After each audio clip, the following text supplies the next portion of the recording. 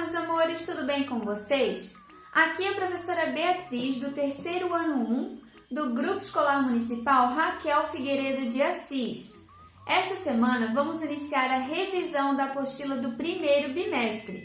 Quando estávamos com as aulas presenciais, já havíamos estudado alguns conteúdos. Hoje vamos revisá-los e vocês vão acompanhar comigo com a apostila de vocês. Nessas próximas videoaulas estarei focando mais no conteúdo, porque as atividades a maioria de vocês já conseguiram finalizar, certo? Vamos iniciar a apostila de língua portuguesa e revisar todo o capítulo 1. Sem bilhete, não entra. Peguem os materiais, galerinha, e vamos lá! Neste capítulo, são abordados eventos da vida social relativos ao lazer, como teatro, circo, cinema ou museu. Por isso, o trabalho se organiza em torno do gênero ingresso.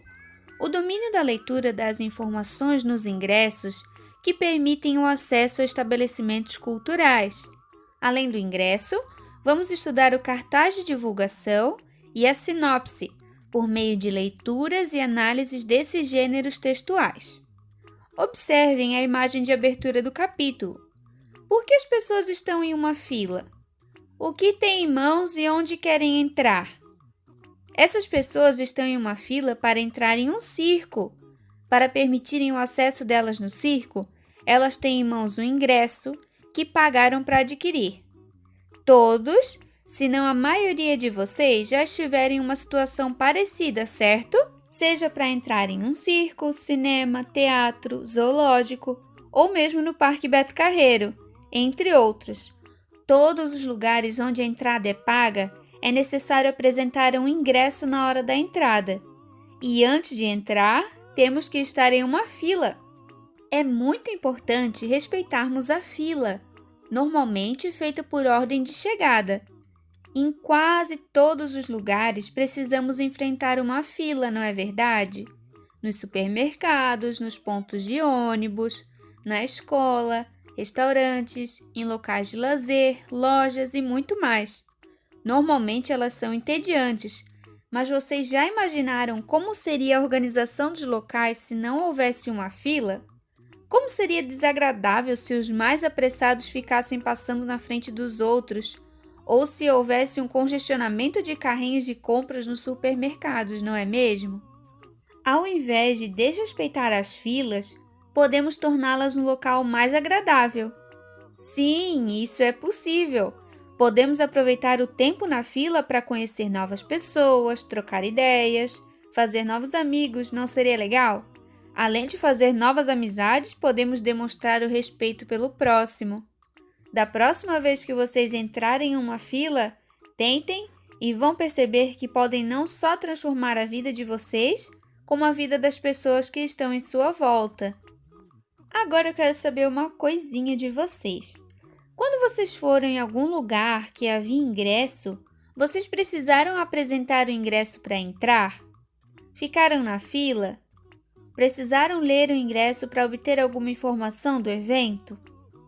Normalmente, a família de vocês tem o costume de adquirir ou não antecipadamente os ingressos. As informações neles contidas geralmente são o nome do evento, local, data, horário, letra da fila e número da poltrona. É possível adquirir ingressos de diversas formas, diretamente nas bilheterias de teatro, cinema, circo e museu, em lojas e quiosques, ou via internet, em sites específicos de venda de bilhetes e ingressos. Atualmente, é possível comprar ingresso para cinema, show, teatro ou circo pela internet, apresentando na tela do celular. Uma pessoa pode comprar o ingresso para outra, e o valor varia em função de quem está adquirindo. Criança, idoso, estudante e aposentados podem pagar um valor menor, chamado de meia entrada, mas para usufruir desse benefício é preciso de comprovação mediante documento. Mas do que são feitos os ingressos, prof? Os ingressos podem ser de papel ou de plástico e ter formatos diferentes. Podem ser digitais com o código de barras, quando comprados antecipadamente, ou em formato digital de QR Code, para evitar o desperdício de papel na nossa natureza. Vocês sabem o que é código de barras e QR Code? O código de barras é um código usado normalmente em lojas e supermercados para ter controle dos produtos no estoque ou para o controle de pessoas em um local de lazer. Para a leitura do código de barras é preciso de um aparelho específico que emite um raio vermelho e dá aquele barulhinho que tanto ouvimos. Bip! O QR Code é uma tecnologia mais nova que o código de barras. Ele pode ser facilmente escaneado usando a maioria dos telefones celulares equipados com câmera. Esse código é convertido em texto interativo, uma página na internet, um número de telefone, uma localização, um ingresso comprado na internet. Nas páginas da nossa apostila encontramos vários QR Codes. Quando apontamos a câmera do celular para o código, eles nos direcionam para sites com informações do conteúdo, vídeos e jogos interativos. Além de apresentarmos o ingresso para entrada em eventos, é muito importante respeitarmos o horário de entrada nesses eventos, pois assim evita não conseguir entrar no local em tempo, perdendo consequentemente o ingresso, e não atrapalha as pessoas que já estão acomodadas no local. Além disso, em determinados espaços, como no teatro, algumas regras devem ser seguidas. Por exemplo, não conversar durante as apresentações, manter o celular desligado e não entrar com alimentos. Aqui na página 7, quero que vocês observem os 3 textos da página. Conseguem identificar pelo formato a que gênero pertence cada um deles? Vamos ler os textos? Depois quero que pensem qual dos textos é um ingresso, qual é um cartaz e qual é uma sinopse. Texto número 1. CIA Teatro de Risco, da Cooperativa Paulista de Teatro, saborosamente apresenta seu musical infantil. Espetáculo de Marisa Ratkov, direção Luiz Carlos Ribeiro. Da cabeça aos pés, sem pé nem cabeça. Uma comédia nutritiva, saborosa e colorida. Teatro Elva Vilma, Rua Antônio de Lucena, 146, Tatuapé. Próximo ao metrô Carrão. Sábados e domingos, horário 17h30. Fone 2090-1650. Agora vamos para o texto número 2. Da cabeça aos pés, sem pé nem cabeça.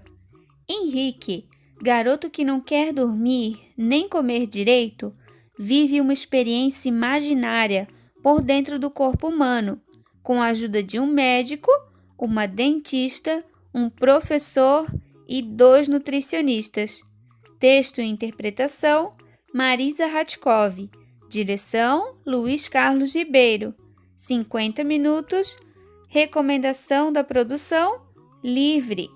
Teatro Elva Vilma, 700 lugares. Rua Antônio de Lucena, 146, Tatuapé. 2090-1650. Metrô Carrão. Sábado, às 17h30, R$30. Até dia 26/5. E o texto número 3. Viajando da cabeça aos pés, sem pé nem cabeça. Data 7/4/2015, terça-feira. Às 10 horas, camarote oficial. Classificação etária, livre. Acesso não permitido após o início do espetáculo, não havendo troca e ou devolução de dinheiro. Teatro Politeama, Jundiaí. Sala Deolinda Copelli de Souza Lima. Fundação Casa da Cultura e Esportes. Vocês percebem que a finalidade de cada texto é diferente? No cartaz de divulgação, a finalidade é divulgar o espetáculo. Na sinopse, é fornecer informações sobre o espetáculo. E no ingresso, a finalidade é dar acesso ao espetáculo. Além disso, os suportes de cada texto também são diferentes. Para um cartaz de divulgação, se usa uma folha grande. A sinopse encontra-se normalmente nos jornais e o ingresso é normalmente um pedaço de papel pequeno, geralmente timbrado com as especificações do estabelecimento ou da instituição. Porém, mesmo que a finalidade de cada texto é diferente, todos os 3 textos falam de um mesmo espetáculo, da cabeça aos pés, sem pé nem cabeça. O cartaz é um gênero textual que, em geral, tem função informativa e apelativa. Pode ser facilmente encontrado nas ruas, em anúncios de eventos e de divulgação de produtos e em campanhas de conscientização. Também é comum em locais como cinema, teatro, circo, hospital, escola, academia, loja, parque, biblioteca, internet, jornal, entre outros. Vamos localizar onde está escrito cada um dos elementos desse cartaz de divulgação? Qual é o nome da companhia de teatro que apresenta esse evento? Isso mesmo, CIA de Teatro de Risco, da Cooperativa Paulista de Teatro. Qual é o título da peça? Isso mesmo, da cabeça aos pés, sem pé nem cabeça. Esse espetáculo é direcionado para qual público e qual o gênero da peça? Esse espetáculo é um musical infantil, com o gênero de comédia. E onde encontramos as informações do local, data e horário? Isso mesmo, embaixo do cartaz.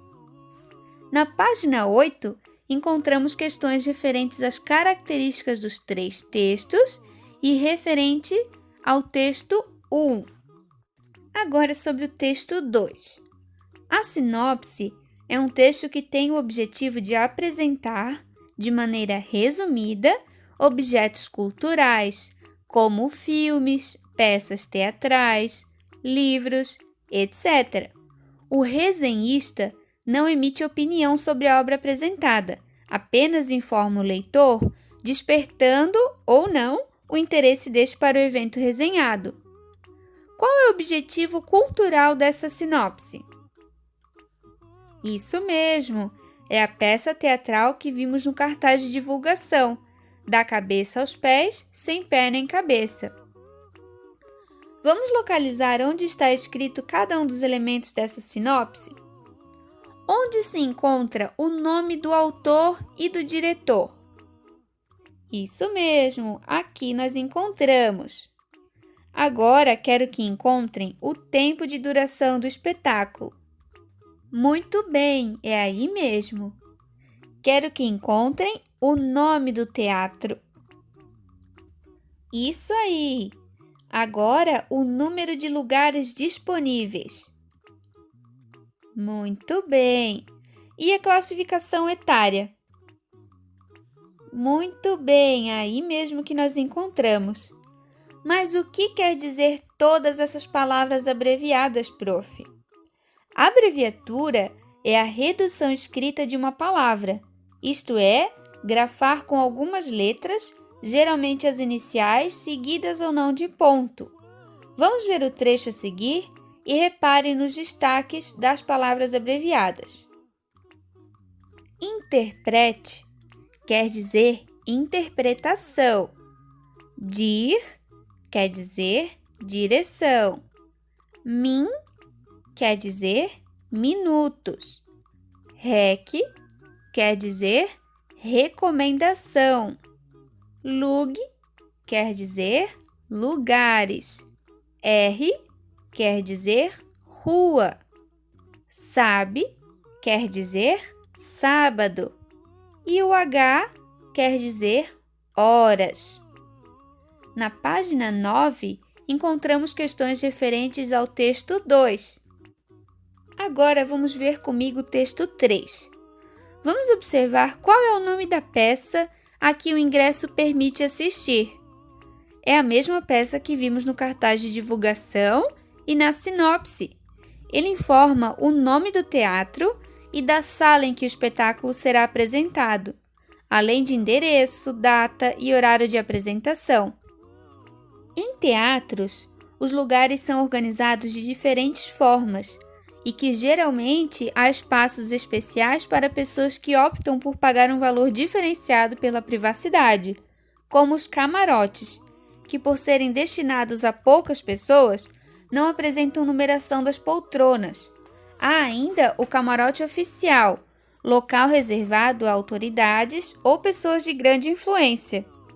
No ingresso também consta a classificação etária, por idade, com o objetivo de informar se a peça é livre ou censurada para menores de determinada idade.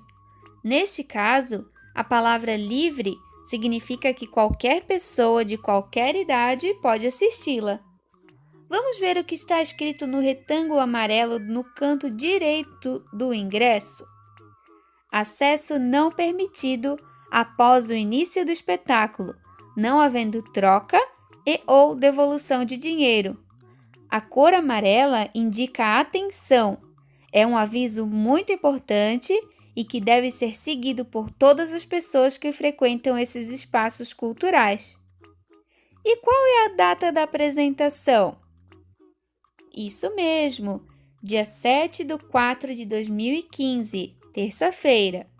Como observamos pela data, essa apresentação já aconteceu faz tempo, pois foi no ano de 2015 e nós estamos hoje no ano de 2020, ou seja, essa peça aconteceu há 5 anos. Na página 9 também encontramos questões referentes ao texto 3. Agora, na página 10, temos um poema. Vamos ler junto comigo? O poema é apresentado em 2 colunas, portanto, deve ser lido no sentido vertical. Bilhete de entrada. Ele é pequeno e discreto, parece um papel comum, mas é forte e poderoso, manda mais que qualquer um. Quem quiser ir ao museu, ao show, ao circo, ao cinema, quem quiser ir ao teatro, tem sempre aquele problema. Pode ser muito importante, pode ser o comandante, pode ser um almirante, mas não entra sem bilhete. Pode ser um bilionário, um ricaço bom de bico, pode ser podre de rico, mas não entra sem bilhete. E se for vereador, deputado federal, diplomata, senador, magistrado ou marechal? Sem bilhete não tem como, sem bilhete nada feito, não adianta seu moço falar grosso desse jeito. Até mesmo o presidente vai sair do gabinete, pois vai ter que entrar na fila para comprar o seu bilhete. Esse poema é de Ricardo Azevedo, no livro de papel São Paulo, Editora do Brasil, 2001, página 11. Vamos refletir um pouco? Como é possível saber que esse texto é do gênero poema? Podemos saber pelas suas características. Geralmente se apresenta em forma de versos e estrofes com rimas e ritmo. Qual é a ideia central desse poema? O poema aborda o fato de que pessoa alguma pode entrar no circo, cinema, show, museu ou teatro sem o bilhete de entrada. Bilhete de entrada é o mesmo que? A expressão bilhete de entrada tem o mesmo sentido da palavra ingresso. A opção por uma ou outra forma depende da região. Em alguns lugares é chamado de bilhete, em outros de entrada, em outros de ingresso. Quantas estrofes o poema tem? Estrofes são cada agrupamento de versos. Nesse poema temos 7 estrofes. Quantos versos tem cada estrofe? Verso é cada uma das linhas que constituem uma estrofe num poema. Nesse poema, temos 4 versos em cada estrofe. E quais são as rimas desse poema? De maneira geral, A rima é feita entre um verso e outro. Ela é a repetição de sons idênticos ou semelhantes, geralmente na sílaba final da palavra. Nesse poema, conseguimos encontrar as seguintes rimas: comum e cinema e problema, comandante, importante, almirante, bico e rico, vereador e senador, federal ou marechal, jeito ou feito e gabinete e bilhete. Nas páginas 10, 11 e 12, encontramos questões referentes ao poema Bilhete de Entrada. O sumário é uma parte muito importante do livro. Por meio dele, é possível conhecer o que pode ser encontrado dentro dela e suas respectivas páginas. Ele é encontrado no início dos livros. Na página 13, conseguimos observar a capa do livro em que o poema foi publicado. O nome do autor que fez o livro é o mesmo que fez o poema Bilhete de Entrada, o Ricardo Azevedo. O título do livro é Livro de Papel, e a editora que publicou o livro é a Editora do Brasil. A editora é a empresa que faz a impressão e a distribuição do livro. Nas páginas 14 e 15, encontramos questões referentes ao poema Bilhete de Entrada também. Agora, na página 16, vamos conhecer as classificações das palavras quanto ao número de sílabas. As palavras quanto ao número de sílabas são classificadas em monossílabas, dissílabas, trissílabas e polissílabas. Mono quer dizer um ou uma, di quer dizer dois ou duas, tri quer dizer três e poli quer dizer 4 ou mais. Olá! É sempre bom conhecer coisas novas, não é mesmo? Eu me amarro em novidades e tenho certeza que você também deve curtir. Afinal, estaria fazendo o que aqui se não estivesse a fim de aprender mais alguma coisa incrível sobre a língua portuguesa, hã? Pois bem, nada de perder tempo. Vamos ao que interessa. Hoje falaremos sobre a classificação das palavras de acordo com a quantidade de sílabas. E por que aprender a separar as palavras em sílabas? Aposto um gibido super notável que esta pergunta está passando por sua cabecinha agora. Então tá. Supondo que você esteja escrevendo em seu caderno e o espaço na folha termine bem no meio de uma palavra, te obrigando a escrever parte dela na linha de cima e a outra na linha de baixo. Será que você pode separar a palavra como bem entender? É lógico que não! E essa é uma das utilidades de aprender a separar sílabas. Mas não é só isso aí, não! Entender o que são sílabas também é essencial para sabermos acentuar as palavras. Viu como isso é importante? O conceito é bem simples. Sílaba é o fonema ou grupo de fonemas pronunciados numa emissão de voz. Achou complicado? Trocando em miúdos, sílaba nada mais é do que um som ou um conjunto de sons pronunciados a cada abertura de boca. Quer ver só? Quando eu digo a palavra estudar pausadamente, estudar, posso perceber que, apesar dessa palavra ter 7 letras, eu emiti apenas 3 grupos de sons. Estudar. Em português, cada sílaba tem pelo menos uma vogal, que pode vir acompanhada ou não de consoante. Mas atenção! Nunca você verá sílabas formadas só por consoantes sem nenhuma vogal, entendeu? Agora que esclarecemos este ponto, já podemos seguir com nosso assunto e vermos, de fato, como separar e classificar as sílabas corretamente. Acompanhe-me, quem aí quer ser um gênio!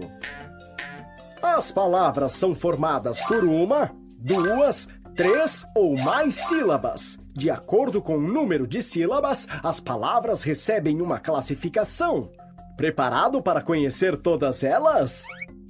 Veja a palavra que está no quadro e repita comigo. Pé. Quantas vezes você abriu a boca para pronunciar essa palavra? Se você ficou ligado, percebeu que ao falar a palavra pé, só abriu a boca uma vez. Ou seja, pé só possui uma sílaba. Por isso, essa palavra é classificada como monossílaba. Além disso, fique atento ao número de vogais, que neste caso é apenas uma. Agora leia comigo. Casa. Quantas vezes você abriu a boca para pronunciar essa palavra? Ao falar a palavra casa, abrimos a boca 2 vezes. Casa.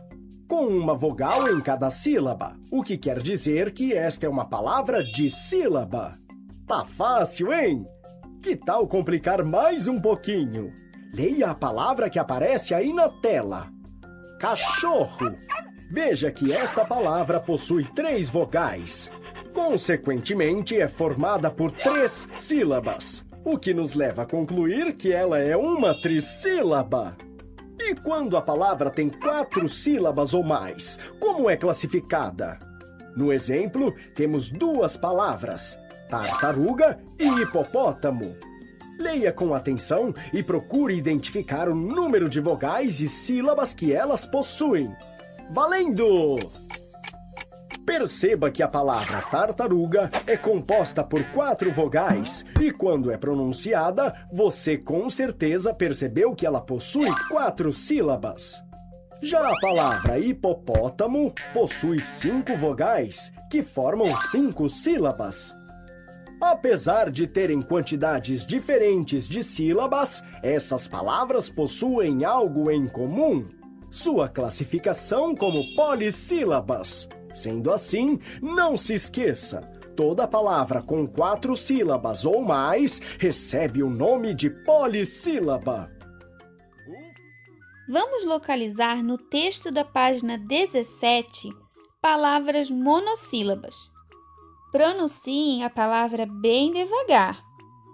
A maioria não leva acento, apenas as palavras pé e pés são acentuadas. Os monossílabos tônicos terminados em E, seguidos ou não de S, são acentuados. Isso ocorre com todos os monossílabos tônicos terminados em A, E e O, seguidos ou não de S. Como, por exemplo, monossílabas terminadas em A, pá, má, lá, cá. Monossílabas terminadas em E, pé, lê, mês, três, fé. E monossílabas terminadas em O, pó, só, nó, dó. As páginas 18 e 19 não precisam ser feitas.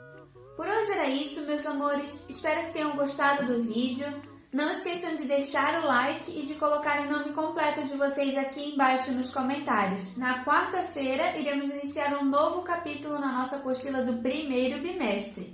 Um beijo e até a próxima. Tchau!